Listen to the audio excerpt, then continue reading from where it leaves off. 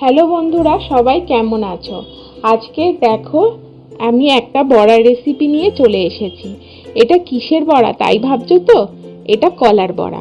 আমাদের বাড়িতে জন্মাষ্টমীতে গোপালের সেবায় এই রকম ভাবে কলার বড়া বানিয়ে মা প্রতি বছর ঠাকুরকে দেয়। তো সেইটারই রেসিপি তোমাদের সাথে শেয়ার করলাম। প্রথমে কলাটাকে খুব ভালো করে চটকে নিয়েছি। তারপর তার মধ্যে দিয়ে দিয়েছি 1 টেবিল চামচ পরিমাণ চিনি। খুব বেশি চিনি দেওয়ার দরকার নেই, কলাটা কিন্তু যথেষ্ট মিষ্টি ছিল। আর হ্যাঁ, এটা কিন্তু কাঁঠালি কলা। এরপর দিয়ে দিয়েছি হাফ কাপ পরিমাণ সুজি আর হাফ কাপ পরিমাণ ময়দা দিয়ে খুব ভালো করে কলাটাকে মেখে নিচ্ছি।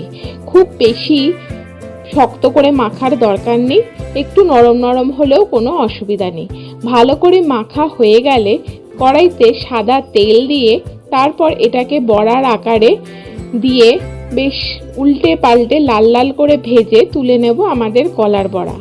তোমরাও বাড়িতে যদি কলা বেশি থাকে বা কলা খাওয়ার লোক কম থাকে তাহলে কিন্তু এইভাবে করে কলার বড়া করলে এক নিমেষে ফাঁকা হয়ে যাবে।